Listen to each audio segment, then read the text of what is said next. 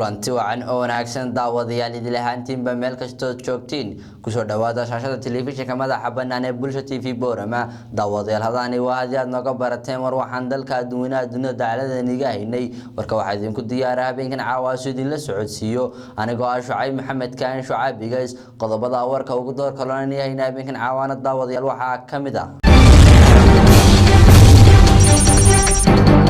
laakiin qof oo dareeray cod bixinta dalka Greega Mareykanka oo duqeyn xoog la beegsaday raqa Syria Tunisia oo xal degdeg ah lagu dhawaaqay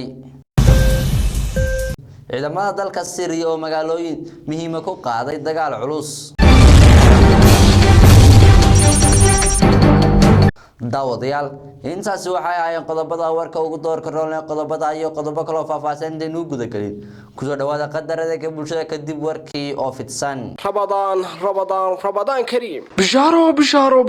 dadweyne wadankuna bil khair dhaha waxaan diinayaa sharaab aad u macaan oo tayadiisu sareyso waa sharaabka ila taago bulshada Soomaaliyeed aad ugu riyaaqeen habista sharaabka ila taago sharaab cid walba jeclaato qofkii marcaba ku cilbaxo caruurtii ciroolaba u riyaaqeen qof walba oo daala markuu sharaabka ila taago afka saaru dalkii ka tagay bulsho hamoogaanina sharaabka laga daba dhacay ila taago inaad cabtaan noocyada sharaabka ila taago ka kooban yahay waxyiin cocktail strawberry pineapple mango lemon Finto hadaba bulshoy gebigoonba wada qaata sharaabka ila taango gurihiina dhigta idinkoo waliba sharaabka ila taango aad ku afturtaan bisha barakaysan ee Ramadaan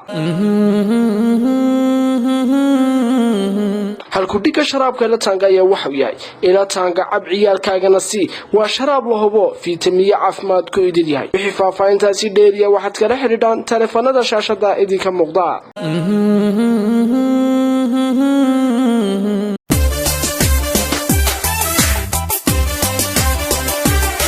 bulsho horumarkeegiyo beegsiga adeegiyo basarkiyo shaqaaluhu buuda nolosha weeye bidix midiga adduunyada sawtani la kala baxay markaad joogto Boorama baalaha Nasiimiya barta faras magaalaha halka bari u jeedee bilicdiyo adeegiyo shaqadeeda loo boga Blue Sky weeya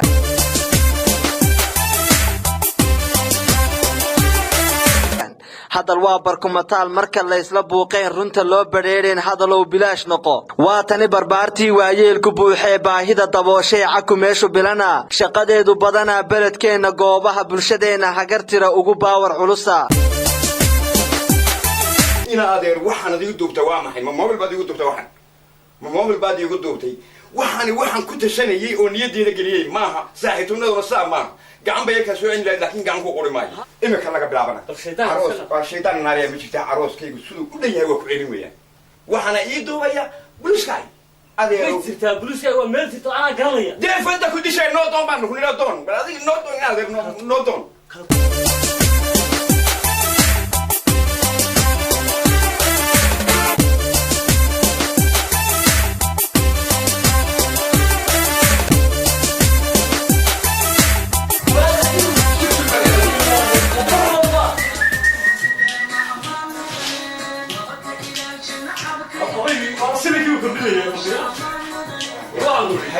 والسمعة ولا الأمانة صورة ولا الأمانة سمعة ولا الأمانة صورك ولا الأمانة وسيدي بالأمانة سلطة بمرضوبا وبلو سكاي سيقين سمعتي قصدي أبي كوني لاوية waa foto bilic loo sawiraan bildaan loo ishu ay ka bogatiyo qalab lagu bacarimiyo digital barooyo qofka badax tirayo buudu waa xasuuste kamarooyin pointiga muuqaalka beegsiga barta heerka koobaad tartankii u badiyay xaruntani ku baaqday codku waa bishaare bulsho yahay dhamaantiin taariikhda buuga intaydan ka baabiin iyaga badbaadshay bahda reer Sky baa qalabku ugu baaqay bani aadanow gaad mid kalena bal hooyo footada barkulanka sawirada bidhaanta iyo baahida aroosyada inta muusig loo bogay keligood ma badisee wax badaa u sii dheer soft powerpointiga invitation baa allaha ubax lagaga buushay xafladaada buuqiyo si aan loogu sii badan baxda kuu qiyaasay mar haddaan buud ii helay buubuunin maayee dadka beledka jooga oo Blue Sky bal soo arag daawadayaal mar labaad ismaqal aragti wanaagsan kuna soo dhawaada warkii oo fidsan oo idin la socodsiiyo anigoo ah Shucayb Maxamed Kaan Shucayb guys laakiin qof oo dareeray cod bixinta dalka Greega warbixin amuurta ku saabsanna waxaynu eegaya wariyeena Cabdiraxmaan Cali Saciid Xidig. malaayiin qof oo reer Gariga ayaa maanta u codeynaya afti ku saabsan in la diido ama la aqbalo qorshaha deyn bixinta ee dalkaasi ay u soo jeediyeen Yurub isagoo codkiisa dhiibanaya ra'iisul wasaaraha dalka Gariga Mr. Alex Tsipras waxa uu sheegay inuusan jirin qof diidi kara rabitaanka shacabka xisbigiisa ayaa waxay dadka hore ugu baraarujiyeen inay diidaan qorshaha la soo jeediyay ee uu ku tilmaamay inuu yahay mid lagu duleysanayo dalka Gariga laakiin hogaamiyaasha Yurub iyo mucaaradka Gariga waxa ay ka diideen in loo codeeyo maya taasi oo ay tilmaameen inay keeni doonto natiijo uu Garigu uga baxo dalalka isticmaala lacagta Yuroga waxa la saadaalinayaa in natiijada ay aad isugu dhawaan doonto Mareykanka oo duqeyn xoog la beegsaday Raqqa Syria. diyaaradaha dagaalka ee Mareykanka ayaa sabtidii shalay duqeeyay goobo badan oo ku yaala magaalada Raqqa ee waqooyiga wadanka Syria